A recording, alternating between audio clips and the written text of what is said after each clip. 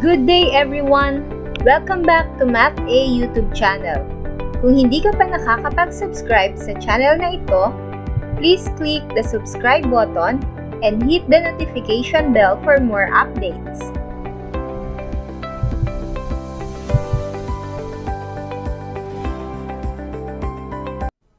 Our lesson for today is about congruent triangles. So, ito yung mga symbols na maaari nating ma-encounter when we discuss about congruent triangles. So, ito yung symbol para sa ating triangle. Next. So, this symbol means angle. Itong symbol na ito ay para naman sa congruent. And then, this last symbol means corresponds.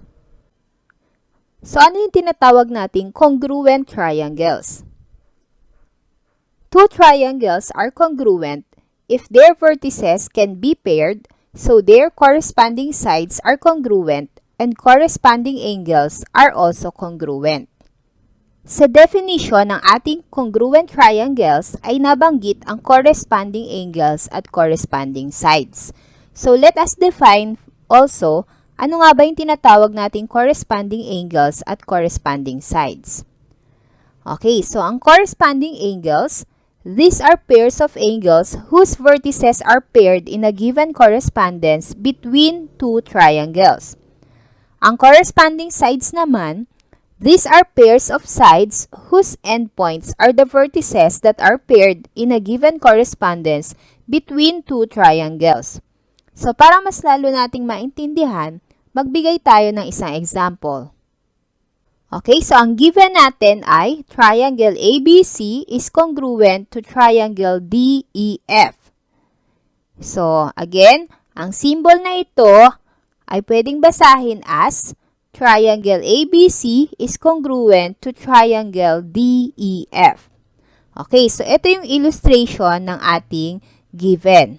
We have here triangle ABC and triangle DEF. So, ang isang congruent triangles ay binubuo ng corresponding congruent parts. So, ano yung corresponding congruent parts of the given triangles? So, meron tayong tinatawag na corresponding congruent angles at corresponding congruent sides. Okay. So, let us name the corresponding congruent angles of the given triangles. So, based dito sa ating figure, we can say that angle A is congruent to angle D. So, ito yung ating angle A at ito yung ating angle D. As you can see, meron tayong identical marks. So, ang tawag dyan sa guhit na yan ay identical marks. So, ito yung nagdedetermine which part of our triangles are congruent. Okay, so another corresponding congruent angles, we have angle B is congruent to angle E. So, ito yung ating angle B at ito yung ating angle E. Okay, so as you can see, meron tayong dalawang guhit o yan tinatawag natin na identical marks. So, ibig sabihin, silang dalawa yung congruent. Next, another corresponding congruent angle, we have angle C is congruent to angle F. So, ito yung ating angle C at ito naman yung ating angle F. So, they are congruent to each other. Okay, next. So, proceed tayo sa corresponding congruent sides. Ano-ano yung ating tinatawag na corresponding congruent sides? Okay, so first, we have segment AB is congruent to segment DE. So, dito sa ating first triangle, we have this segment AB and then sa second triangle, segment DE. Okay, so they are congruent. Next, another corresponding congruent side is segment BC is congruent to segment EF. So, we have here BC and EF. So, they are congruent to each other. And the last one is segment AC is congruent to segment DF. So, ito naman yung ating AC at ito yung ating DF. Since we are talking of triangle, ang ating line segment can be called as side. So, we have here, side AC is congruent to side DF. Okay, so let us answer this activity. Triangle DOG is congruent to triangle CAT. What are the 6 pairs of corresponding congruent parts? Okay, sa activity natin, wala tayong given figure or illustration ng triangles. Pero, pwede pa rin natin makuha yung 6 pairs of corresponding congruent parts. So again, meron tayong tinatawag na corresponding congruent angles at corresponding congruent sides. So, unahin natin ang pagkuha ng corresponding congruent angles. Okay, so based dito sa ating given, the triangle DOG is congruent to triangle CAT, makukuha natin ang corresponding congruent angles by means of the arrangement of the names of our triangle. So, titingnan lang natin yung arrangement ng name ng ating triangle. So, based dito sa first triangle, nauna ang D. So, it means that angle D is congruent to angle C. Next, angle O is congruent to angle A. And the last one, angle G is congruent to angle T. So, yun yung tinatawag na corresponding congruent angles. So, let us proceed with corresponding congruent sides. So, katulad ng pagkuha ng corresponding congruent angles, sa pagkuha ng corresponding congruent sides, titingnan din natin yung arrangement ng name ng ating triangles. Okay?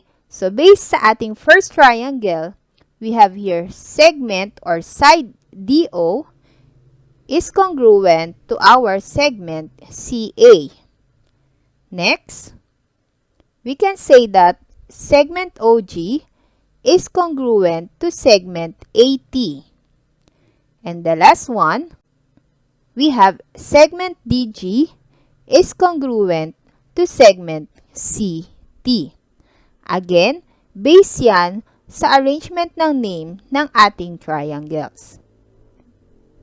So, we already get the 6 pairs of corresponding congruent parts. So, let us answer this last activity.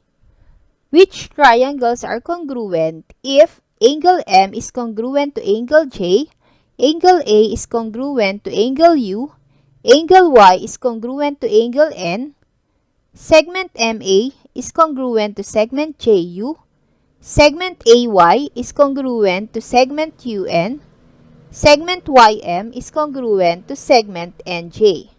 Illustrate the triangles. Okay? So, first, maglagay tayo ng dalawang triangle. So, next is to label the parts of these triangles. So, meron muna tayong angles. So, gamitin natin muna yung corresponding congruent angles. So, according to the first statement, angle M is congruent to angle J. So, we have these two angles. So, ang angle M is congruent to angle J. At kailangan natin siya lagyan ng identical marks. Next, angle A is congruent to angle U. So, this is our second corresponding congruent angles. Next, the third corresponding congruent angles, we have angle Y is congruent to angle N. So, ito na yung ating corresponding congruent angles. Proceed naman tayo sa ating corresponding congruent sides. We have here, segment MA or side MA is congruent to side JU. Okay, so we have here, side MA and side JU. So, nilagyan natin ng isang line or ng ating identical marks para makita natin that they are congruent. Next, side AY is congruent to side UN. So, we have these two lines para sa ating side AY and side UN. And the last one, we have side YM is congruent to side NJ.